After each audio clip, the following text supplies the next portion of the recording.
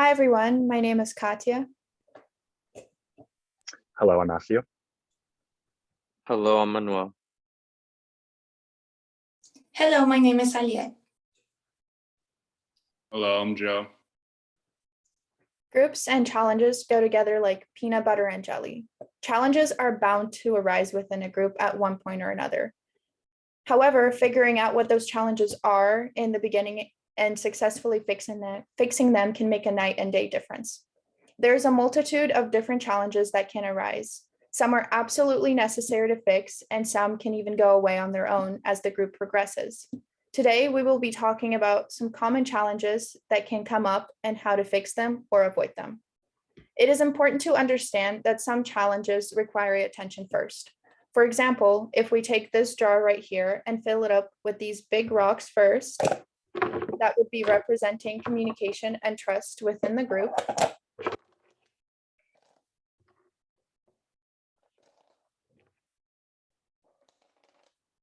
Even though the jar seems pretty full and it seems like we have dealt with most of the challenges, there could be other challenges that follow.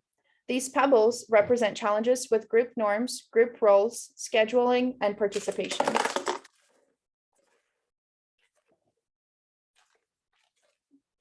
Once those challenges are dealt with, more follow. The sand represents challenges with organization, commitment, and time management.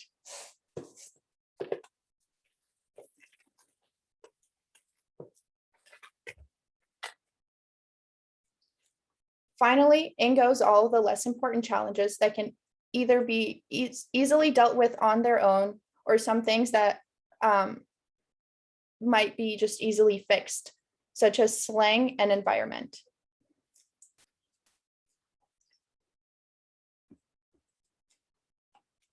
Slang can easily be fixed with a little communication, and the environment can be changed easily as well, whether it is moving to a new, quieter location to work on a project or working in the afternoon instead of the morning.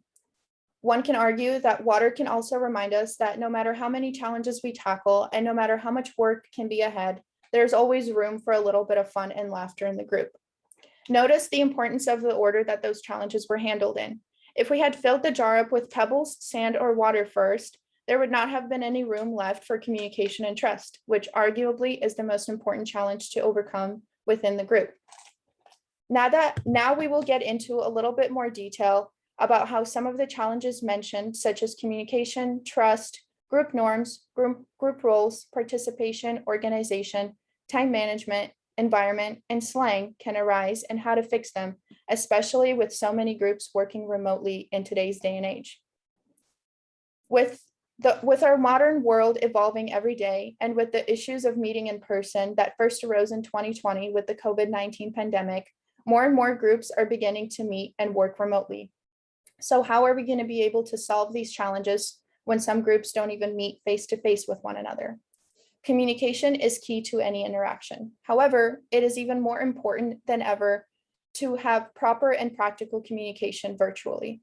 According to Morrison Smith and Ruiz at Springer Link, quote, communication in virtual teams is a key predictor of various outcomes, such as improved performances and increased commitment, end quote. The group contract that we have created clearly communicates all of the expectations from all the members of the group. We have specified the time that we have to respond, how the group will handle absence, how we will all treat each other, the consequence of violating the contract, and more. Morrison Smith and Ruiz also talked about the advantages of using computer-mediated communication, or CMC technology, that can enhance virtual communication. Quote, for example, asynchronous technology, such as text-based tools, provides the ability to take one's time when asking a question or crafting a response, which leads to efficient, focused conversation that can be quicker than other forms of communication.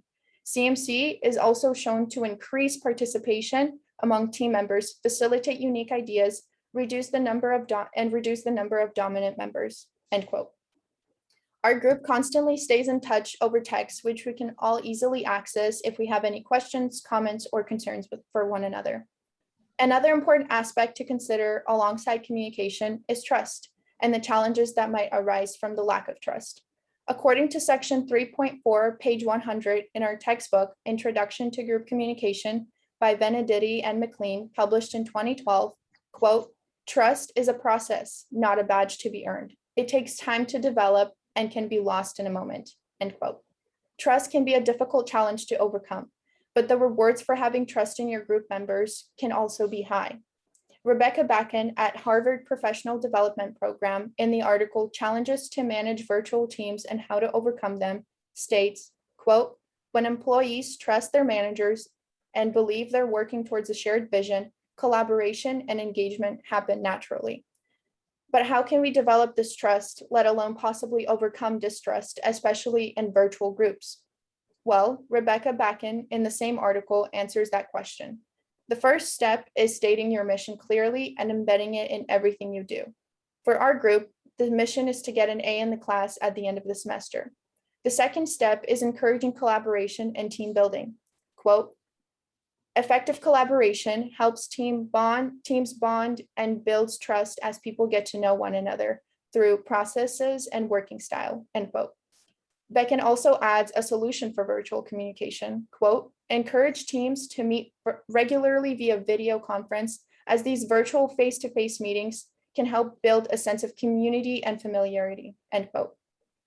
Our group meets regularly to work on assignments together, and each time we get to know each other a little bit more. Our trust for one another grows with every Zoom meeting we have. We also collaborate together on assignments, help each other out, and bounce off of each other's ideas. The final step is establishing a shared goal.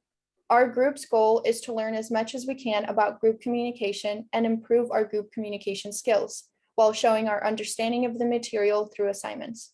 While trust still won't appear overnight, even if those steps are followed, we can see the trust in our group growing every day a little bit. Now, Matt will tell you about avoidant behavior challenges. Thank you. When you have a virtual group, as has been covered, you're often not seeing each other, and this can make it easy to practice avoidant behaviors. A way for conflicts in a group to spiral out of control is through too much conflict avoidance. However, there are effective ways to combat conflict avoidance while maintaining virtual communication. An article by Keith Ferrazzi goes into detail on this topic. Keith Ferrazzi is an American entrepreneur and author. He is the CEO of Greenlight Studios and a research consulting firm, and he writes for the New York Times.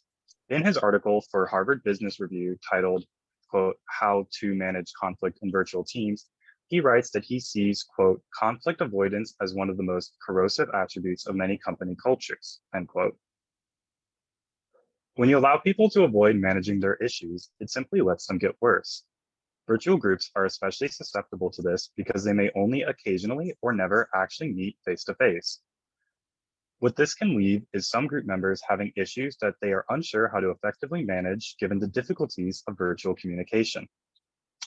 Ferrazzi also notes that this lack of face-to-face communication can accelerate conflicts when he writes, quote, "Task-related disputes can more quickly devolve into relationship conflicts. Most of us can recount a past experience in which a series of testy emails quickly turned a valid disagreement into a personal grudge," end quote.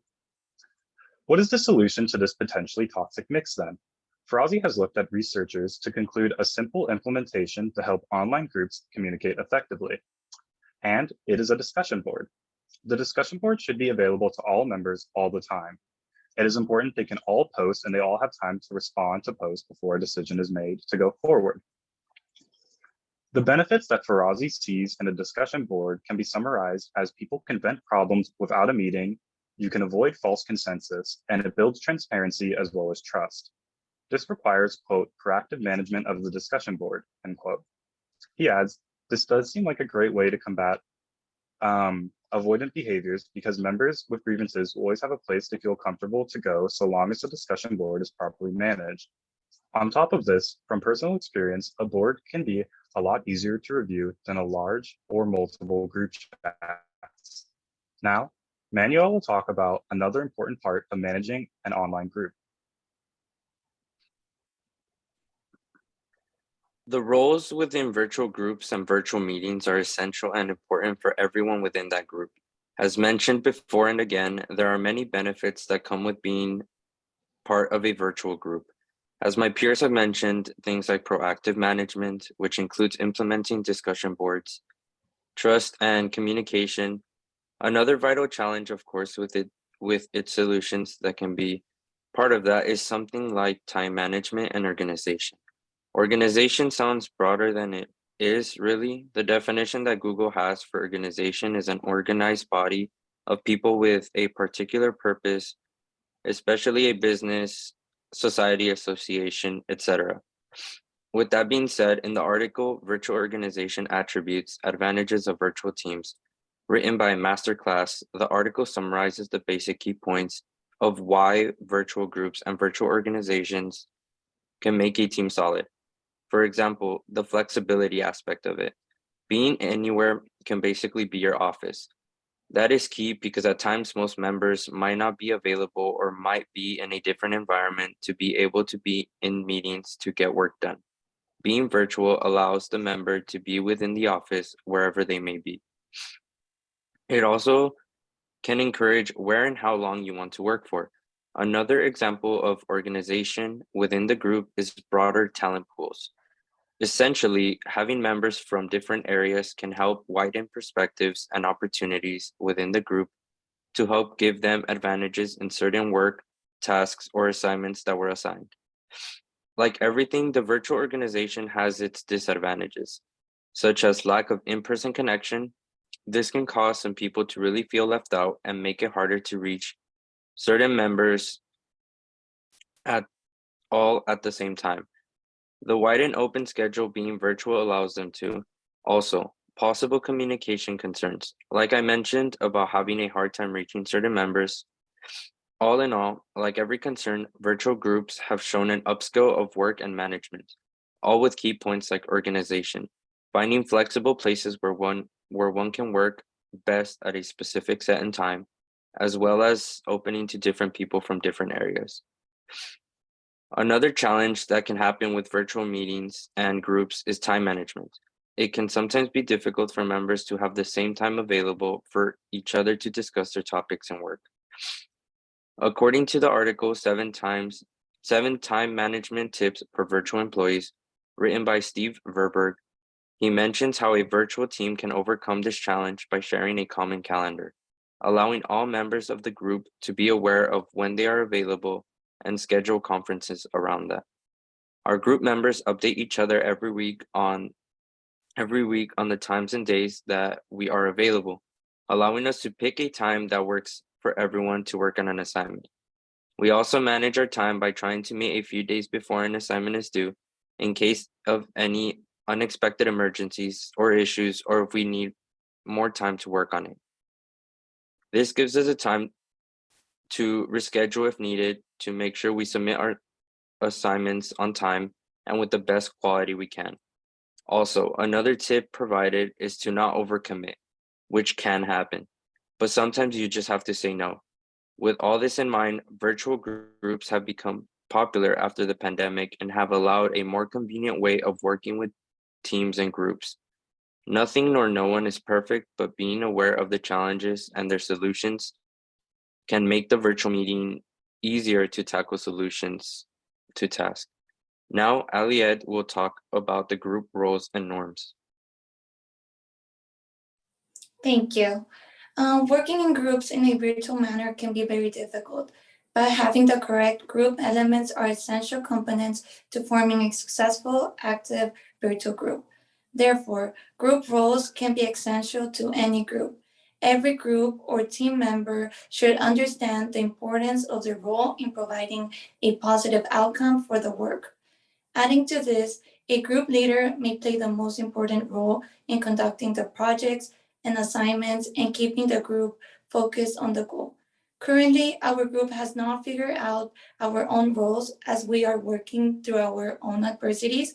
However, we have still been able to successfully and equally split the work amongst each other in our previous assignments.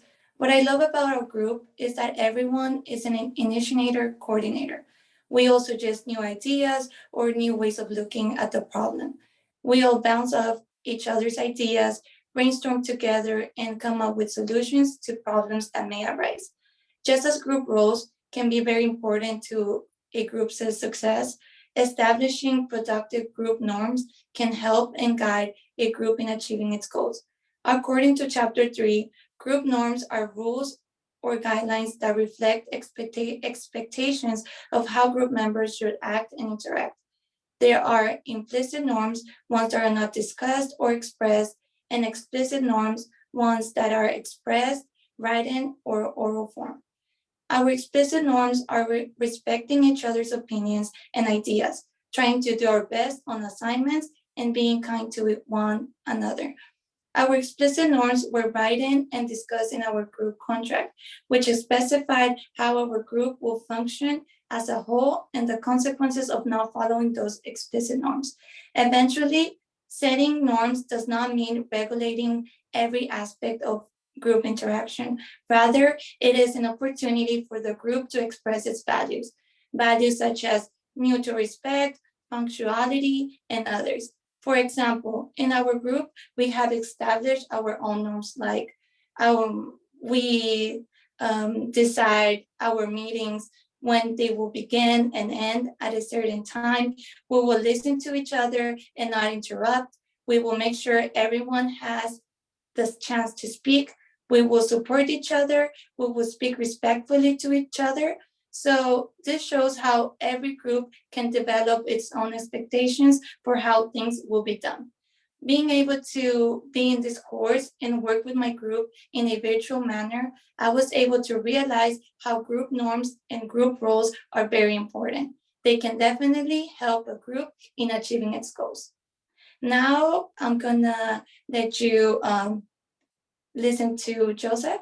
He will be talking about the environment and more about the topic. Thank you. Just like in any group, communication is always going to be the biggest factor of success. But at times, virtual communication can get tough and misleading. When groups become more comfortable with the environment and with each other, you'll start to build different tendencies like slang. According to our textbook, chapter 6.2, page 206, slang is use of an existing word or newly invented word that takes place of a standard or traditional word with the intent of adding unconventional, non-standard, humorous, or rebellious effect. Slang can help your group find its own identity in a less formal way and help everyone be open-minded and more creative with their thinking. Slang does run a risk of misinterpretation, so when it comes to more of a formal setting, use slang to your advantage, but it's generally best used only in your specific group. When thinking of environment, a lot of things factor in and combine to shape it. Many times it's hard to find a specific environment that works for everyone. In the textbook, chapter 1.2, page 16, it quotes, "The environment can also include factors like formal dress that may indicate whether a discussion is open and caring or more professional and formal.